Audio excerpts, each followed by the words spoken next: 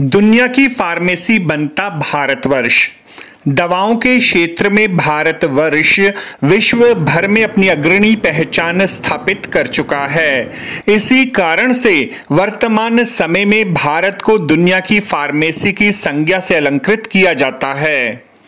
इन्फोर्मा markets India द्वारा greater Noida स्थित India expo centre में CPHI एवं PMEC इंडिया द्वारा 17वें संस्करण का शुभारंभ परंपरागत ढंग से दीप प्रज्वलित कर किया गया। इस अवसर पर इन्फोर्मा मार्केट्स इंडिया के प्रबंध निदेशक श्री योगेश मुद्रास ने संवाददाता सम्मेलन में विस्तृत जानकारी प्रदान की। Welcome to CPHI PMEC India. ये हमारा 17वां CPHI PMEC है। ये साउथ एशिया का सबसे बड़ा फार्मा एग्जीबिशन है, जिसमें फार्मा इंग्रेडिएंट्स से लेके फार्मा मशीनरी और लैब इक्विपमेंट से लेके सारे दवाइयों की एक बहुत बड़ी एग्जीबिशन लगी हुई है। ये एज आई सेड सबसे बड़ी एग्जीबिशन है। 17वां साल है। 2000 से ज़्यादा एग्जिबिटर्स आए हुए हैं ये शो में। 50,000 से ज़्यादा फार्मा प्रोफेशनल्स ये शो में 150 से ज़्यादा कंट्रीज से आ रहे हैं यहाँ पे सोर्सिंग करने के लिए। एक हब बन गया यहाँ पे। India is a pharmacy hub of the world और इसीलिए ये शो इस तरह से ग्रो हो रहा है। इंडिया का फार्मा इंडस्ट्री जो $130 बिलियन का हो रहा है, इसमें कहीं ना कहीं हमारा प्रयास एक जुड़ जाता है जो इंडिया को वर्ल्ड स्टेज पे दिखा सके। 26 से 28 नवंबर तक चलने वाले इस 3 दिवसीय समारोह में भारतवर्ष के फार्मा उद्योग की मजबूत क्षमता दृष्टिगोचर हो रही है। सर, चिकित्सा सुविधाएं धरातल से जुड़े हुए व्यक्ति तक पहुंचे, इसके लिए क्या तैयारी है? सबसे पहले तो साहब जो हमने मुहिम चला भी रखी है, जो भी डॉक्टर किसी भी medical college, government medical college से पास आउट होते हैं, उनके लिए हमने मैंडेटरी कंपलसरी रूरल पोस्टिंग का प्रावधान रखा है। ये बहुत अच्छा एक हमारा उद्देश्य भी है। और साथ में सरकार भी जैसे हम मातृ शिशु योजना चलाते हैं, हम आंगनवाड़ियाँ चला रहे हैं, हम बहुत सारे ऐसे काम हैं। जैसे हमारी एनीमिया प्रेगनेंसी के दौरान सबसे बड़ा एक समस्या रही है, तो ये बहुत सारी योजनाएं हैं, कारगर हैं। देखिए 1.4 बिलियन 148 करोड़ हर गांव तक पहुंचना, ये हमने संभव किया कोविड के टाइम में। हर गांव तक हम पहुँचे वैक्सीन देने, हर गांव तक हम पहुँचते हैं वोट लेने भी। उसी प्लेटफॉर्म को हम यूज़ कर रहे हैं हर गांव तक दवाई पहुंचाने में। एंड मेरे को मैं गर्वान्वित फील करता हूं कि आज की डेट में हम उस स्टेज में आ चुके हैं कि एक्सेस टू मेडिसिन जो एक सबसे बड़ा इशू था, वो आज की डेट में 10 साल पहले की बात करें, 12 साल पहले की, तो ये बहुत बड़ा इशू था। पर आज की डेट में हम वहाँ पहुँच गए हैं कि हाँ, कोने कोने तक आपको दवाइयों की सुविधा है।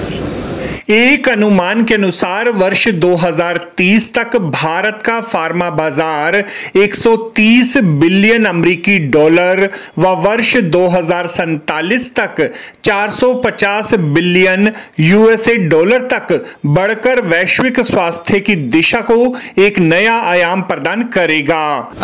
सर, जो चिकित्सा सुविधाएं हैं वो आम जनता तक पहुंचे, गरीब तबके तक पहुंचे, इसके लिए क्या तैयारी रहती है? जो भी हम यहाँ पे बनाते हैं देश में, तकरीबन $60 बिलियन का बनाते हैं, मार्केट है। आधा तो हमारे 1.4 बिलियन के लिए बनाते हैं और ज़्यादातर उसमें से जो MSME सेक्टर्स भी आते हैं, ये बहुत ऐसे भी क्वालिटी और एफोर्डेबल की बात ही करते हैं। तो नेचुरल आम जनता जो भी है, हमारे इंडिया में जो भी स्कीम्स हैं वो गवर्नमेंट की तरफ से भी दवाइयाँ मिलती हैं और प्राइवेट में भी उसका एफोर्डेबिलिटी भी है। आई थिंक 2 तरीके से उनका फ़ायदा भी बन रहा है। सर, क्या भविष्य में भारत जैसा विशाल देश विश्व के लिए चिकित्सा हब बनकर उठेगा? वही तो कह रहा था। हम अभी तक तो 200 कंट्रीज़ को तो एक्सपोर्ट ही कर रहे हैं। हमें फार्मेसी ऑफ द वर्ल्ड बोल रहे हैं। अभी हमें हीलर्स ऑफ द वर्ल्ड भी बोल सकते हैं। हम हमारे अभी जो हम्बल बिगनिंग बन रहे हैं, हमें आई थिंक पावर हाउस भी बन सकते हैं इन टर्म्स ऑफ मैन्युफैक्चरिंग और in terms of research and in terms of innovation. विश्व का सबसे बड़ा दवाई निर्माता देश भारत है, लेकिन दवाई की कॉस्ट दिन पर दिन बढ़ती जा रही है। इसके लिए क्या करेगा? नहीं, ये वो अगर आप बाकी देशों से भी कंपेयर करते हैं, बिकॉज बाकी देशों में इतना प्राइस रेगुलेशंस डिफरेंट है, उनके जो रेगुलेशंस है वो मार्केट फोर्स पे है। लेकिन हमारे यहाँ पे नेशनल फार्मास्यूटिकल प्राइसिंग अथॉरिटी है, वो अपनी यहाँ पे ये एक प्रोडक्ट का जो भी हमने essential national list of essential medicine में जो लिस्ट में जो दवाइयाँ हैं, उनको कैसे प्राइसिंग कंट्रोल में कर सकते हैं, मार्केट फोर्सेस को देख के और उसका मार्केट शेयर को देख के दे बनाते हैं NPPA में। I think that way, I think we are able to bring it to a affordable level only for people only. But still कई जगह पे ऐसे ही हो सकते हैं, तो इसीलिए बहुत सारे स्कीम्स डिफरेंट आते हैं। जैसे कि आपने देखा होगा कि जन औषधि जो भी है गवर्नमेंट ऑफ इंडिया का चलता है, और बाकी जेनरिक स्टोर्स भी बहुत सारे लागू करते हैं। ये सभी उसी प्राइस पे देते हैं, क्योंकि जहाँ पे खरीदी जो प्राइस है, इट्स नॉट MRP पे नहीं, खरीदी जो प्राइस पे थोड़ा सा लाभ लेके ले सकते हैं। That will be affordability. USA, UAE, south Korea, Japan, United kingdom सहित 120 से अधिक देशों के 2000 से अधिक प्रदर्शकों सहित 50,000 से अधिक आगंतुक इस प्रदर्शनी में सम्मिलित हो रहे हैं। Sir, what is the opportunity of healthcare in India, sir? Yeah, what is the opportunity of healthcare? That's a great question. I think, well, for India, it's a massive population. Obviously, I think access to medicines and healthcare is a big issue globally, but particularly in India. Someone's unplugged there.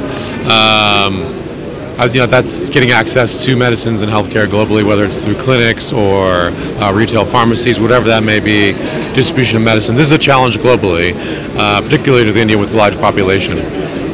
So that's really the opportunity for manufacturers to be able to distribute more generics through rural areas of the country, making sure that all populations have access. इस अवसर पर विभिन्न देशी विदेशी कंपनियों ने pharma machinery, packaging तकनीक, विश्लेषणात्मक उपकरण, प्रयोगशालाओं की उन्नतशीलता, विभिन्न प्रकार की सामग्रियां व रणनीतिक साझेदारी को बढ़ावा देने के लिए एक उत्कृष्ट मंच प्रदान किया है। एंटरप्रेन्योर्स के जितने भी मेंबर्स हैं जो नॉर्मली दिल्ली के आसपास है, तो हम लोगों को इतना अच्छा मौका मिला है कि हम लोग अपना एक्सपोर्ट इतने बड़े पैमाने पे बढ़ा रहे हैं और बिजनेस भी बढ़ा रहे हैं, और हमको एक इज्जत मिली है कि फार्मा एंटरप्रेन्योर्स जो फेडरेशन ऑफ फार्मा एंटरप्रेन्योर्स के मेंबर्स हैं, तो इनको बड़ा अच्छा शोकेस करने का मौका मिला है। इस अवसर पर इन्फोर्मा मार्केट्स इंडिया के प्रबंध निदेशक श्री योगेश मुद्रास, विश्व पैकेजिंग संगठन WPO के वैश्विक राजदूत श्री AVPS चक्रवर्ती, फार्मिकसल के महानिदेशक Shri K Raja Bhanu, federation of pharma के अध्यक्ष श्री हरीश कुमार जैन, फार्मिकसल के उपाध्यक्ष श्री नमित जोशी, एक्सपो मार्ट के अध्यक्ष श्री राजेश कुमार, फार्मा के कार्यकारी उपाध्यक्ष श्री एडम एडरसन, फार्मिकसल के अध्यक्ष डॉक्टर HV विरमानी, श्री राहुल देशपांडे सहित अनेक गणमान्य व्यक्ति मौजूद रहे।